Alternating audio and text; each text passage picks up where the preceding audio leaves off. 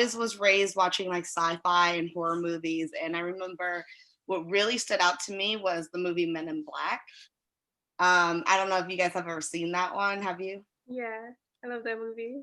Yeah. Yes. So I remember when I was little, it just amazed me seeing all the different designs and the creatures, different characters and stuff. And so I was always just fascinated, like, how did they make that real? Like, how can people really react to that and like really see it and think like that it can exist in this world? Because like so far I had only just drawn different things.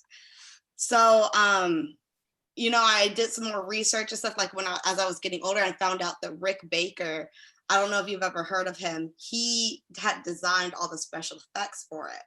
And then with some more digging, we found out that he actually designed a lot of the special effects in a lot of the greatest movies, like American Werewolf in London, Harry and the Hendersons, and basically everything.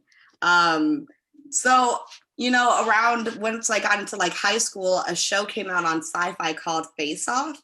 And I don't know if you guys have ever heard of it, but it was a contest show with special effects.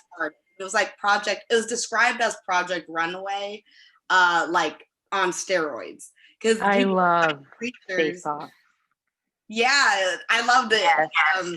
So like people would design creatures and monsters, for those of you who haven't seen it, and they have like only like a limited time to do it. Anissa? Oh, it cut out. It cut out again. Yeah, hold on. I don't know what's going on. Can you hear me now? Yeah. All right. So one of the judges, I don't know if you remember her. Her name was V. Neal. Yes, I do. She had like a bang. She had like glasses. She was a real funky, sort of cool lady, real sassy. Very centric. Huh? Very centric, she was. Yes. Yes. So I did more research. I looked up what she had worked on. She did Beetlejuice, the first Batman movie. She did what's The Lost Boys, Pirates of the Caribbean. She's like a multi-Oscar, Emmy award-winning woman. And I was like, wow, like there's not that many like women already in special effects. And so far, even still, there's not even like that many people of color. I think I'm like, I couldn't have, like, in all my years of trying to look this up, I've never really a Black man even in special effects, really, or especially a Black woman. It's already, you know, just now changing to where a lot more women are getting into the field. And so they're saying that like the whole new generation of special effects is like all women, majority women. But the old school, like the legends, are like all just white men. And so I was like, you know, even with seeing sci-fi and growing up watching horror movies, I never really saw myself in these movies. I never really saw characters that looked like me or any stories like that. So I always wanted to think like, if I got into this field, I think I could be more in charge of like making sure that we had a voice, making sure that I could be part of the crew to talk about these sorts of things and bring it up, you know, on the ground floor. Like, hey, let's like diversify, let's add some more symbolism and ideas and thoughts into like our characters or our creatures and stuff, and let's get some more representation in there. It's like every time she's passionately explaining something to us, the audio cuts out. Into it, and then it just cuts out. World? Can you hear me now? Yeah. All right. So I'll try not to make sure it moves.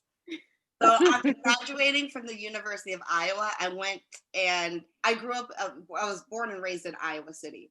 So I went to LA. I just took the flight. I just risked it all. And I had no friends out here. I had nobody really out here. And I just risked it all. And I moved out here and I went to cinema makeup school. And that was a school that was promoted a lot through the show Face Off for special effects. And it's like the world's best special effects school. I went there, and V. Neal, who was that judge, was the director of education there. And so it was really cool. You get to walk around and see her. And all of the teachers are actually in the industry. They're not teachers. They're people who you looked up to watching like zombie movies like 28 Days Later, or like, you know, like Touching It. Can you hear me? Yeah. All right, so like people who worked on Predator, people who worked on, Mimic, like big movies and stuff, they're my teachers now, and I'm building a relationship with them. I made the best friends I've ever had there. And, then I graduated and I just hit the ground running and starting off, trying to work my way into getting into the union so I could work on bigger films. And my goal was to always start working on like adding like a little bit of my own culture into my designs. So the first actual special effects creature I made was Anansi, the spider god. And that's a West African and African American deity that a lot of slaves or Africans believed in. He's kind of a trickster god, and so I made that. The trickster. Oh, he's the one who like plays pranks on people, right? Yeah, he tricked a snake. Or what? He tied a snake to a stick and got it stuck to pretend he was gonna measure it. Okay, I know exactly what you're talking about. That is so cool. Oh my goodness. I had a lot of fun making that, but even like with making that, there was again no black men in the whole school. There was like barely any black women, maybe just me and then like two others that just didn't want anything to do with me for some reason. So sometimes it was hard because I had to find a model to do it. So even then, a lot of people were telling me, oh, just put it on a white woman. And I'm like, no. African male creature. I'm not gonna, they're like, it's not blackface if it's prosthetics. I was like, nah, not me. Let's not not. me. I don't do that. Okay. So I found actually I went outside to smoke, and this guy, he's like 6 feet something. He's huge, buff. And he just walks right up to me and my friends for some reason. And he's like, hey, I'd like to be a model for this school. Is there any way I can? And we were all like, yeah, we got something for you. Absolutely. And then we built a relationship through that. And even now I'm designing an alien sort of creature. Like now, even after graduating, he was my model for the Nazi thing. I loved working on him. He was great. He really is what made it feel real because he was big and everything. And so even now, like I got a job. I'm doing a pitch for something in the UK, some sci-fi TV show. And I was supposed to design an alien. And for once, like, he was like, okay, I have a model for this. It should be on this. And I was like, no, let's hire more Black people for sci-fi and things like that. I was like, I have somebody who I want. I'm going to redesign this whole alien. You're going to pay me for that. And I'm going to put it on this Black man. And this alien was supposed to be the best warrior type of race or whatever. So I designed the whole thing and its features, even modeled after African scarifications, the different tribes that were like known for their fighting. And I incorporated it into the alien design and prosthetic that will be applied on him soon. Wow. Oh, now your guys' audio's cut out. Oh, really? Taja? Yeah. Okay, I'm sorry.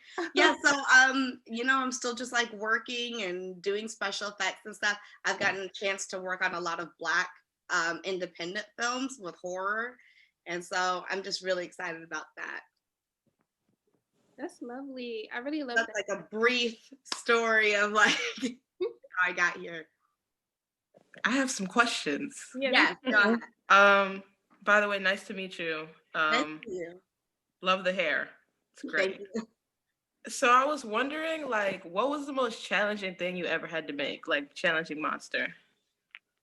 So far, I would say it was the Anansi one, but honestly, that one did come a little bit, it was my first time doing prosthetics, so that's why it was a little harder. But I haven't gotten a chance to make a lot of creature designs yet, like with full-on prosthetics, because that's pretty expensive. And a lot of people are like, maybe just a few little prosthetics here and there. I'd say the hardest one is probably the one I'm doing right now. Like I said, the sci-fi one. If you guys want, I can show it to you real quick. Yes, Yeah. please. Please, for the love of God. Oh my God, please. I was like, what? Well, And I don't even like spiders like that. What you say? I said, do you just keep models in your house like this? Yeah, she's gonna pull him out of her closet. He's just held captive in there. That's not creepy. It's like, no. No, that's not weird. You see this? That's so cool. So this is called a life cast, and this is modeled exactly after his face. Wow. So underneath is my actor's face, and then I sculpt on top of it. And also, huh? I was gonna say, what do you use? Like, oh, is it the silicone thing where you like? Silicone? This right now is in clay, and then all these parts, like, and the white part around it, that's called flashing, and that's so when I make the mold, when I put foam latex in it, it can cut it nice and cut off where the foam is. And then I have a 3D printed ZBrush model of what the alien's gonna really look like. Oh, that's amazing. That is so cool. And so I did that part. Oh my God, this is literally just like Face Off. This is amazing. Yeah. One of my teachers, Rod, was on that show. Wow. Broke his arm, but so he got taken off, but it was pretty interesting. I would, to also answer your question, I honestly would say, here, I'm going to show you one more thing. I'd honestly say I had to catch it. It was probably making my own decapitated head. What? So here she is. Oh, gorgeous. And she's real pretty. That's so cool. She looks super dead. I love it. Oh. Do you ever just like put that out during Halloween? Like you just leave it at the door to hear? Me and my roommate are special effects artists, so our whole house is just full of like random things. Like just Halloween year round. Love it. We don't really have to Halloween decorate. This thing's now a year old, so it's aging like weird right now. But how long did it take you to like make that? Do you remember? Yeah, it took like about a month. It's too hot for almost November. Right. Did you ever see The Shape of Water? Yes, Guillermo del Toro's actually everything he directs is my favorite thing ever. Oh. My number one favorite is Pan's Labyrinth, but I love Shape of Water. I love everything about that. Do you think you could make something like that? Or like, would you want to make something like that one day? Absolutely, I would love to make something like that. Just someone has to pay me to make something like that because those materials are expensive and I need like a whole team, but yeah, I think I'd love to make something like full bodied. Oh, I also have a question. Yeah. In terms of special effect designing, do you ever watch a movie and like, I know we're film students, so like because of film classes breaking down like the bare bones of movies, it can be so hard to enjoy them now because we understand it on a different level. So do you find yourself like looking at movies that have special effects and you're like, oh God, that looks so bad, or I would have done it this way, or do you ever do that and you're just like, ugh, you can feel the critic coming out of you? All the time. I also, like you guys, I studied film when I was in college and then I went to special effects. So it's really hard for me to just watch something. But when something's really good, I love it. Like, I remember sometimes I can turn my brain off, but sometimes I can't. Like when I saw Scary Stories to Tell in the Dark, I'm biased. It was Guillermo del Toro. So I was like, this is great. But I remember I was also in school and all my effects teachers were like, ugh, I saw the edges and like all of their prosthetics. And I was like, oh how no. I was like, but I'm mainly really critical of overuse of CGI. I also almost went into CGI and I couldn't because I wanted to get my hands dirty. I liked like feeling them. I like my favorite horror movie is The Thing. So have you guys seen that? What movie? The Thing. The Thing? I definitely heard of it.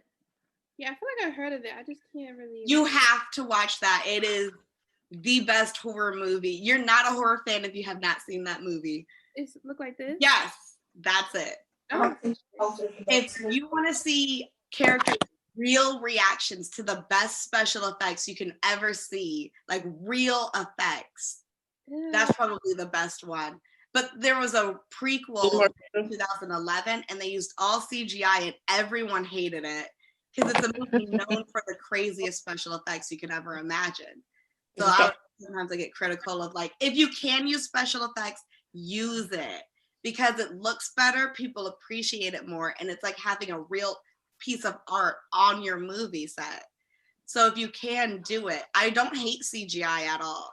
I just think that CGI and practical effects are brother and sister, and they need to get along perfectly, blend them evenly. Because in movies, when you guys all become directors, remember that people's eyes get used to seeing something on screen. So when you see 80s movies with all just practical effects, you can say like, it's not that real. But when you see a movie all CGI, like these days, it's like, it's still not real. When you constantly trick the eye going back and forth from practical to CGI, that's when you can actually, your eyes can't get used to it. So like in the movie like Avatar and different things like that, they mix practical with CGI. With the new Star Wars movies, they blend them and they flip them out constantly. And that is why people are like, oh, those effects look really great, because their eye can't catch up to it, the visuals that they're seeing. Do you have like a favorite SFX artist? Oh yeah, I definitely do. Norman Cabrera is my favorite. What like movies did she? It's a man. Most all of them are men. But he worked on. Okay, so Hellboy 2. Hellboy, okay. That was the movie where I was like, wow, like this. It had my favorite design ever. Had the Angel of Death. Have you guys seen the older Hellboy movies? Saw the first one. I have. Yeah. Yeah, they're kind of like perfectly cheesy and like not the best, but the effects were really great. Well, in the second one, there's the Angel of Death, and it's considered one of the most biblically accurate depictions of angels like on screen. Angels don't look like people with wings. They look like crazy creatures. Yes, that's it. Okay. And so when I saw that, it was like the most beautiful design I've ever seen. That is I actually got a chance to meet him, and I was wearing a sweater with the Angel of Death on it when I met him. And it was illegally printed off some sketchy website. I don't know. And he's like, where the fuck did you get that? And I was like, I was too embarrassed to tell him, but I had him sign it. And so I was really happy about that. He wanted to know where his check was for that Right. t-shirt. He was like, where's my $15? How did you get that t-shirt? That's a very sleek design. Is that the kind of work that you kind of aspire toward? Because when I look at it, it looks very like it does look like it'd be very biblically accurate, but it looks very sleek. Like it looks very clean. I can tell it's a very professional. Yeah, that's more the style that I want to kind of go into, because everyone has their different styles or different things that they're known for. Like Steve Wang, I consider is like the king of making craziest mouths ever. He designed, I met him too, but at like a convention. He designed like Predator, like how the mouth goes out. He also designed, if you've seen Blade 2, like the way that the mouths open up and stuff like that. I like that. I always wanted my designs to have a heavy sense of symbolism incorporated into them. And I like them to be slick and look realistic as possible. That's really cool. I start off mainly drawing. So if you follow me on like my Instagram or something, that's the easiest way to see a lot of my drawings or my artwork. Paintings, sometimes I do too. I'm still trying to get better at painting, but... Wait, so do you sculpt then, since you're making like the 3D models, or do you just use the printer? Well, the 3D printer was because for the first time, I used a 3D rendering program on my computer called ZBrush. And I designed and sculpted on the computer. And then I had that 3D printed. That's the only time I did that, because that man was not trying to pay a lot. And so I was like, let me do this the fastest, cheapest way I possibly can. And I kind of wanted to do that. But, it was fast, it was efficient. But to be a special effects artist, you have to be an artist, a sculptor, a painter, a chemist, and an engineer. It's like all in the same. So yeah, I love sculpting.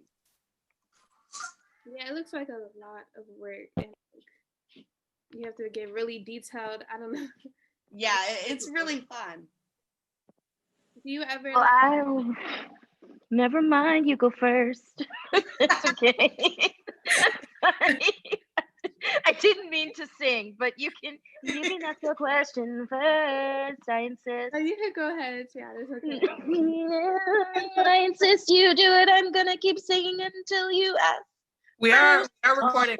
We are recording. So. Of course we are. Yay. Okay. What was my question? Damn.